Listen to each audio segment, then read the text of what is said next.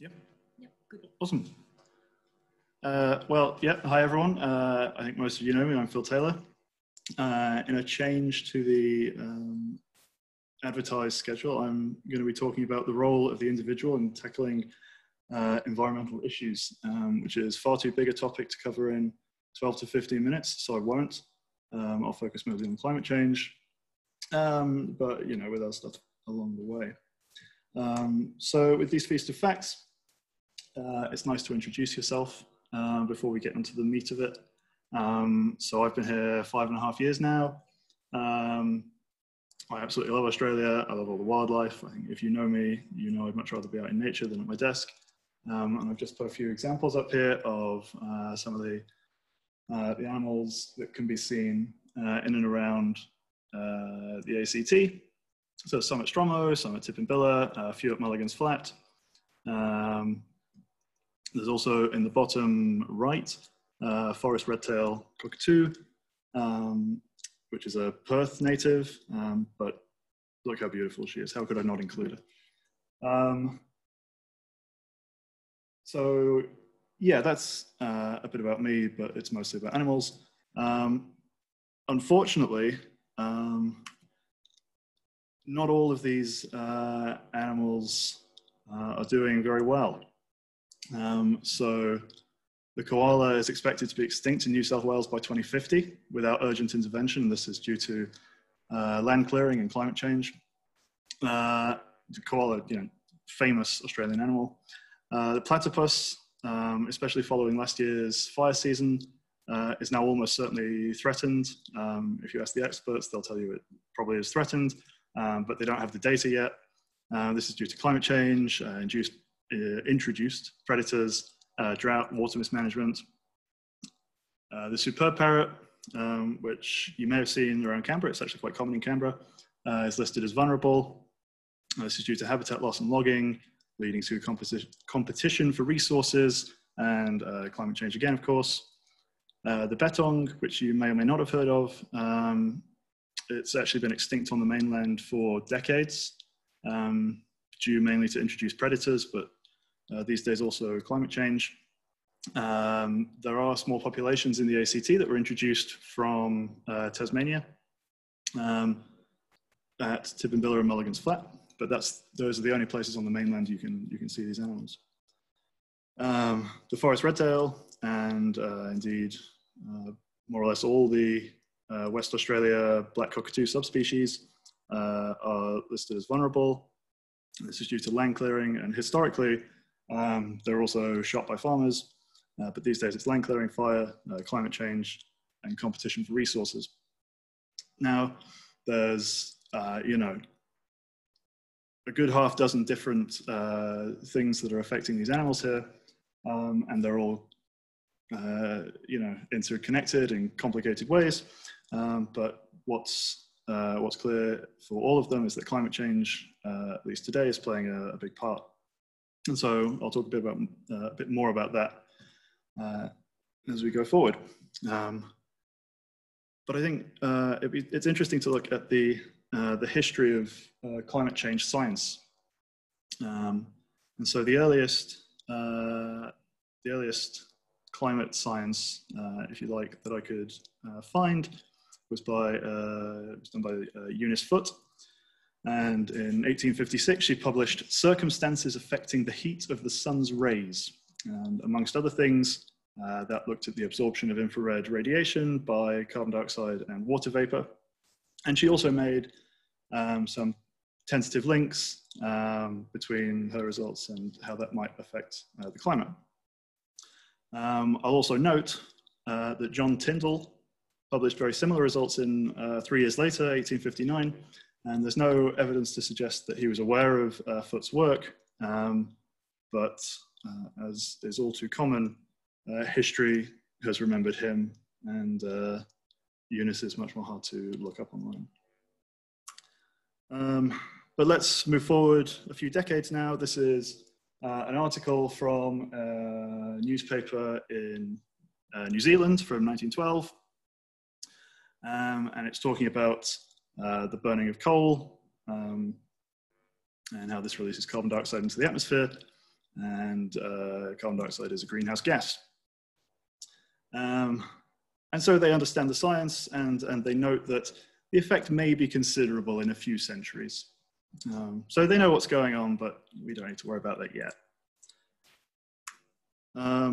Fast forward now to 1982, and ExxonMobil, the petrol company, they had in-house researchers, and they predicted, they predicted that by 2020, the concentration of atmospheric carbon dioxide would reach 415 parts per million. And they predicted that that would lead to a mean global temperature increase of 0.9 degrees. Now we've just gone through 2020, so we can check the results. And what actually happened was CO2 reached 415 parts per million in 2020, exactly as they predicted. And the mean temperature increase of 0.9 degrees C was slightly earlier than they predicted in 2017. And so the point I want to get across with this slide is that 40 years ago, ExxonMobil and other petroleum companies, they knew the effects this was going to have. They knew the effects of burning fossil fuels. They modeled it scarily accurately, and they suppressed it. They suppressed it so that they could sell petrol. So a few years later, now we're in 1987, the seminal conference on climate change and its effects on Australia, was held in Melbourne, and this is a report on that conference. And I've just picked out a few quotes. They say 1 in 50-year events are going to become 1 in 1 year events. And they say that the more rapid climate change is, the more difficult and costly it will be to deal with. That's why it's so important that we slow it down now. And that was 33 years ago. So I had to cut out a few slides there because I'm already going over time. But this, you may notice, Tom Beer was the quoted scientist in that 1987 paper. Him and Graham Perman were working at CSIRO for the last few decades on climate change. And I think, so I've got this quote from an interview they did last year. I suppose, if I'd really believed how bad it was going to get, I should have been out there asking for more funding for firefighters. I suppose I was young enough to believe that doing the science was going to be enough, and miraculously, people would act on it. But what we've seen, ExxonMobil and others, knowing the science was not enough. So that brings us to today, or at least last year. I think most of us remember last summer. Over 20% of Australia's forests burned last summer, which is unprecedented not only in Australia but also globally. Subsequent research on these types of fires found that typically 4 to 5% of the forests on a continent will burn in a fire season. And so this is something that's never been seen before. And of course, nearly 3 billion animals were killed or otherwise affected. And I want to point out the annual mean temperature anomaly for Australia for the last 2 years. And so this is how much warmer it was on average than the pre-industrial levels. It was 1 to 1.5 degrees. What scientists are trying to convince politicians to do at the moment is limit global warming to 2 degrees. So 0.5 degree more than we had last year, than what caused last year's fires. If we do nothing, 3, 4, possibly 5 degrees in some scenarios are more likely. Of course, for those of us that were here, I'm sure we all remember the Aurora Valley fire. It ended up burning 1/3 of the area of the ACT. And so we've known about, the science has been known about for at least decades and maybe getting on for centuries. And you know, we're still having this problem. And going back to this Tom Graham Perman interview, they say, I would blame most of that inaction on climate change on the lobbying. Those investing in the fossil fuel industry work diligently to try to stop action on the reduction of emissions. And so it's really greed and money that have landed us in the position that we currently find ourselves. And that continues to today, of course. So I've just grabbed a few articles from this week and what's that, 2 or 3 weeks ago. The Prime Minister of Australia said, coal mining will continue to generate wealth for Australia for decades to come. And this week, Michael McCormack, speaking on climate change, said he's not worried about what might happen in 30 years' time. And this is absolutely the problem, right? Politicians care about re-election. They worry about things that are happening in the next 5 years. What's happening in 30 years' time, they don't want to pay for that now.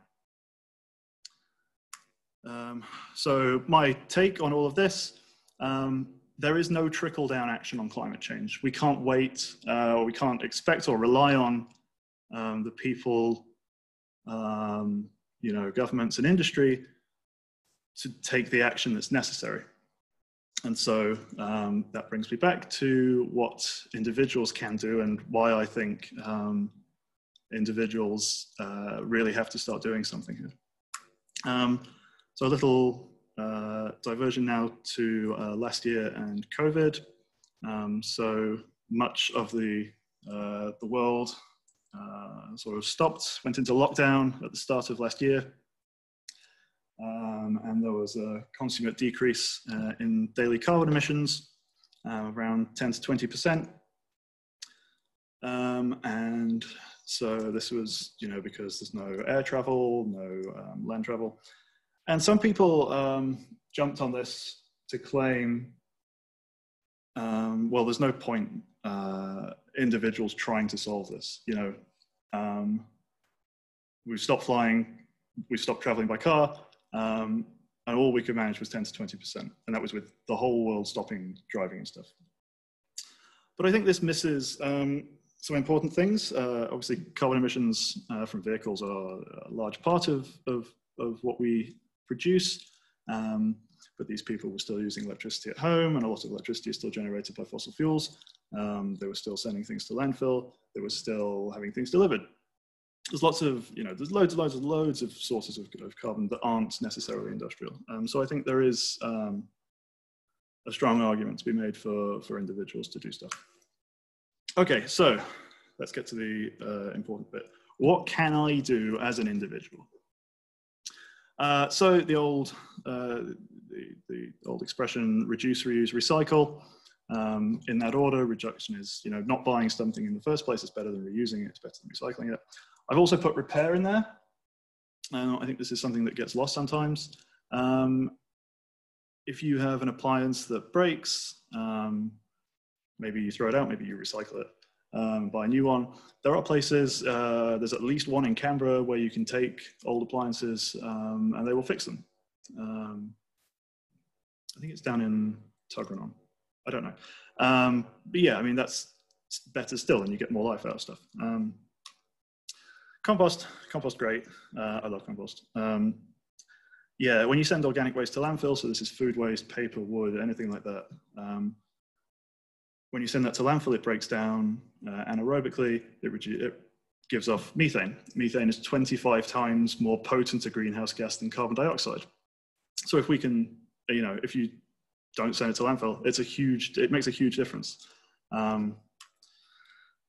This one sounds hyperbolic. I don't think it's hyperbolic at all. Vote like the future of life on Earth depends on it. I'll just leave that one there. Eating less meat, especially beef and lamb. Those are the big ones. Lots of carbon emissions associated with them. Normalize talking about these issues and their solutions. Yeah, I like this one. So I think at the moment, environmentalism, whatever that is seen as sort of a fringe thing. It's not the norm. It's not cool. If you talk about this in your social groups, if you know, not like giving an angry talk like this, but just saying, oh, I compost my food waste, I do this, I do that, whatever.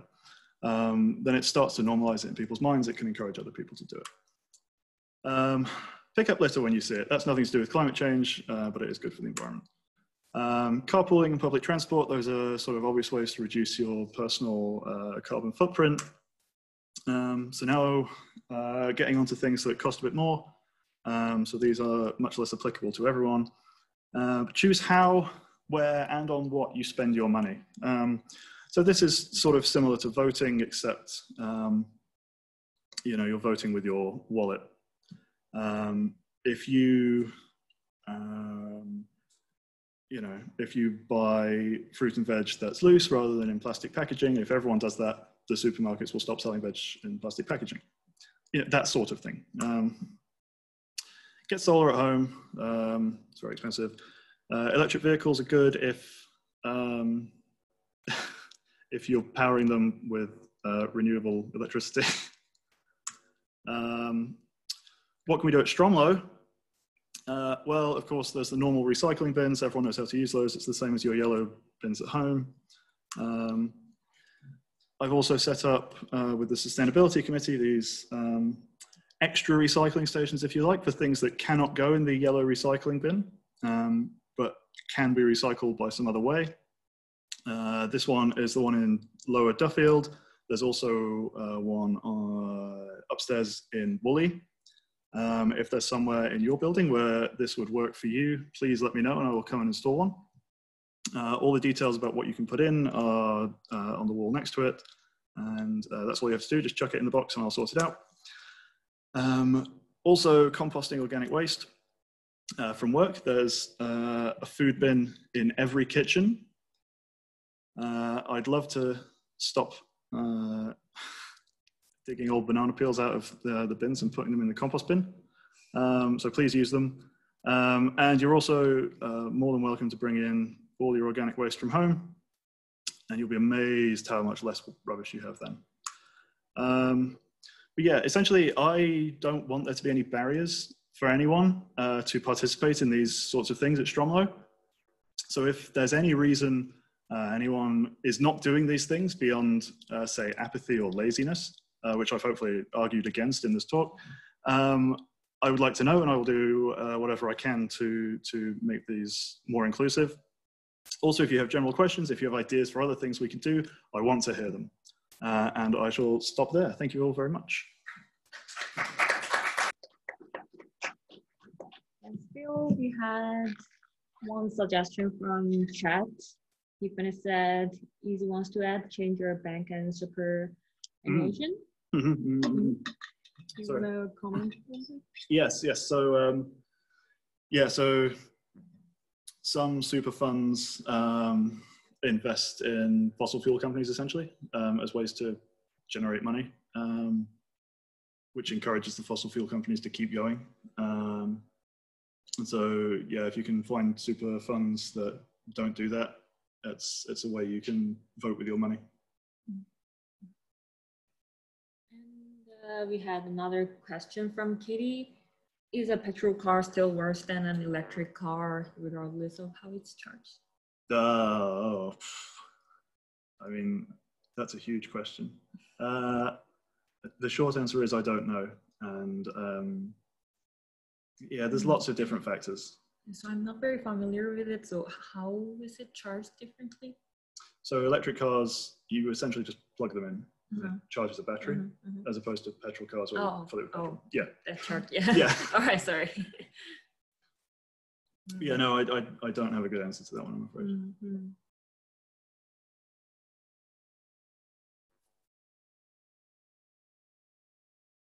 All right, we had another comment from Nick saying, UniSuper has investment options for sustainable investments only, so you don't even need to change fund. Excellent. Yeah, that's great. Yeah. All right. Yeah, Sham has one question. Go ahead, Sham. Yeah, hi Phil, can you hear me? Can you guys hear me? Sure. Yeah. Yeah, nice talk, Phil. So I had a question about the point you made on the government not taking action. So I attended a talk recently on climate change, and one of the statistics put out there was that in Australia, about 70% of people agree that something should be done about climate change.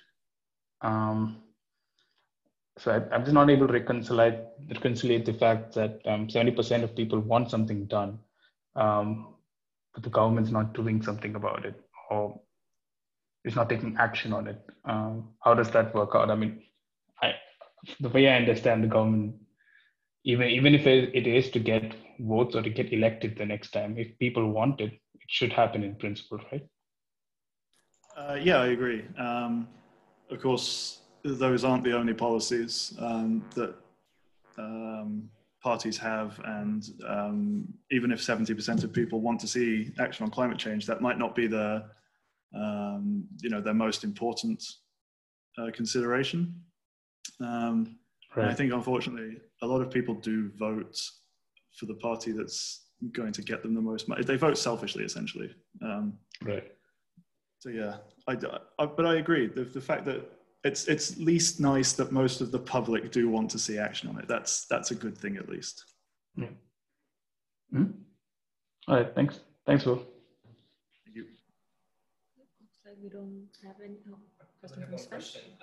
So what about this soft plastic that you're supposed to bring back to the shops? Do we also have places where we collect them here? So that's something we've been thinking about. The reason we're not doing it here, or the reason I've pushed back against doing it here, is because it has to be clean and stuff. It needs to be clean and dry. If people don't use it properly, it then becomes, I guess, my or whoever on the Sustainability Committee's responsibility, I don't know, to go through and clean it, or do we just send off the dirty stuff? It's essentially, it seems, I don't want the hassle. Yeah. No, that's not true. That's not true. That's not true. Yeah. That's really not true. I love hassle. Yeah, it's I think, yeah, making sure people do it properly would be a hassle, and there's nothing to stop, you know about it, you seem to want to do it. There's nothing to stop you from just taking it home and doing it yourself when you go to the shops. Yeah. So I think there's not really any reason to start it here. If people want to do it, they will be doing it. And if people don't want to do it, then I can't trust that they'll do it properly here anyway.